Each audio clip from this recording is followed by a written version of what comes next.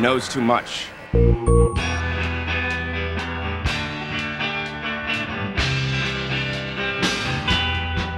It would be difficult to describe the impact the cinema verite masterpiece Don't Look Back made on my teenage psyche when first viewed in the summer of 1968 at the Illini Student Union. Bob Dylan had already transformed my generation with some inspiring folk rock anthems when this glimpse behind the curtain appeared and made clear our hero was flawed, as heroes should be, according to Aristotle. Dylan had plugged into the folk revival and rearranged some classics with contemporary lyrics, and since some of these concerned subjugation of the masses, the civil rights movement fit right into the paradigm, igniting the imagination of kids everywhere, transforming Dylan into a lightning rod for social evolution. Almost overnight, he went from unknown to most famous songwriter in America. And when avatars like that appear, they draw spooks, because spooks seek influence over centers of psychic gravity. Creative energy and spirituality go hand in hand, as any student of improvisational theater can attest. But soon Dylan disappeared, and everything written about him became speculation, and rumors ran wild. I can't pretend to have penetrated this world, but I do have some thoughts formulated over the decades. No one attached themselves more firmly to Dylan than A.J. Weberman, who famously revealed the contents of the songwriter's garbage, which is when the world discovered he was dabbling in hard drugs. Not only did Weberman hound Dylan physically and emotionally, he compiled a convoluted analysis of Dylan's lyrics, claiming to have broken a secret code that revealed Dylan was a Manchurian candidate puppet who required liberation from his controllers. "Dylan's brain belongs to the people, not to the pigs," shrieked Weberman, ignoring the obvious fact Dylan's brain belongs to Dylan and nobody else. Weberman would soon write a book about the JFK assassination that correctly fingered the CIA for fomenting the heinous deed, but built the thesis around E. Howard Hunt as mastermind and never once mentioned James Angleton or Allen Dulles. Weberman's crowning evidence was unleashing pictures of the so-called three tramps, falsely claiming one was Hunt. In truth, Hunt was sent to Dallas that day but did not participate, if you believe his deathbed confession, which claimed Ted Shackley did it. Years later, during the congressional investigation, the Spotlight would claim Angleton sent a memo to Helms wondering how they were going to explain Hunt being in Dallas. Or maybe not, since only two people claimed to have seen this memo, and one was Weberman while the other was CIA. Fingering Hunt as instigator was a blind alley, but ignited Weberman's book sales.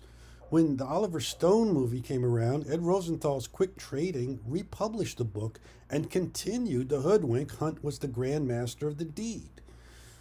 Mark Mordecai Levi, a close associate of Weberman's, ran the militant JDO spin-off from Irv Rubin's JDL. Levy tried to murder Rubin following the split when Rubin attempted to serve a subpoena on him. The bullets missed and wounded an innocent bystander. Levy served 18 months on a 4.5-year sentence for attempted murder. Obviously, Weberman and Levy have spook links and no doubt enjoy access to insider information. If you ask Weberman about 9/11, he'll tell you Osama did it just like the Pentagon. Going through a target's garbage is Spook Ops 101 and always has been. To visit a completely different social strata, I was fascinated by Dylan's 2004 autobiography, Chronicles Volume 1, especially by Dylan's encounters with Archibald MacLeish, prominent member of Yale's powerful and highly secretive Order of Skull and Bones and former OSS operative. Broadway producer Stuart Ostrow had a massive hit with 1776 and wanted to follow up with a musical remake of The Devil and Daniel Webster by Stephen Vincent Benet, with MacLeish penning the script and Dylan providing the music and lyrics. Ostrow's version of events differs significantly from Dylan's, and the reason is obvious. At least 3 songs on Dylan's comeback album, New Morning, were written for this production, but after a few meetings and some disagreements, Dylan dropped out of the project. Without Dylan's music, it flopped, closing after 3 performances. Perhaps Dylan saw the flop coming, as he writes, MacLeish tells me about J.P. Morgan, the financier, that he was one of the 6 or 8 persons at the beginning of the century who owned all of America. The play was dark, painted a world of paranoia, guilt, and fear. It was all blacked out and met the atomic age head on, reeked of foul play. This play was up to something, and I didn't think I wanted to know. Undoubtedly, there were many more attempts from many angles to get a piece of Bob Dylan, and these but two examples. Dylan removing himself from the political and social spheres of influence was likely the only way to end the predatory intrusions into his life. In 1966, Bob Dylan disappeared from public life, a response to being branded the voice of his generation. In fact, he'd been surrounded by spooks and predators of all stripes after seizing the center of gravity on a coming social revolution. Dylan sensed the truth tellers were not going to be treated nicely by the masters of war and sought protection in obscurity. The songs were no longer about making social change in our time, but about long-gone American history, as in John Wesley Hardin. In 1971, when he resurfaced, he was asked about his obsession with the Kennedy assassination and claimed he wasn't obsessed, and the proof was he never wrote a song about the event. Well, we know now that may not have been exactly true. Dylan may have been working on Murder Most Foul for a long time, but he wasn't ready to make it public until we reached a national crisis of significant proportion to Kennedy's killing. Born in 1941, Dylan is not technically a boomer, but like many boomers, was transformed into Hamlet, and like Hamlet, wavered with indecision. In 1991, I wrote the first national magazine article on how the CIA assassinated the president. Little did I know this article, which I considered so groundbreaking, would sound the death knell on my journalism career. That's another story, but rest assured, truth-telling against the CIA is not permitted in the mainstream.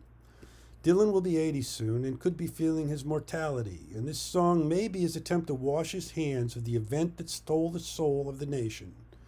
Hopefully, a new generation will take the song seriously enough to look into the real forces that have shaped our wars of invasion over the decades since Kennedy died, while trying to end a planned war in Vietnam, which was largely fought over oil and opium, and not to end the spread of communism. The spread of communism in America was always run by James Angleton, since being founded by intelligence agent John Reed.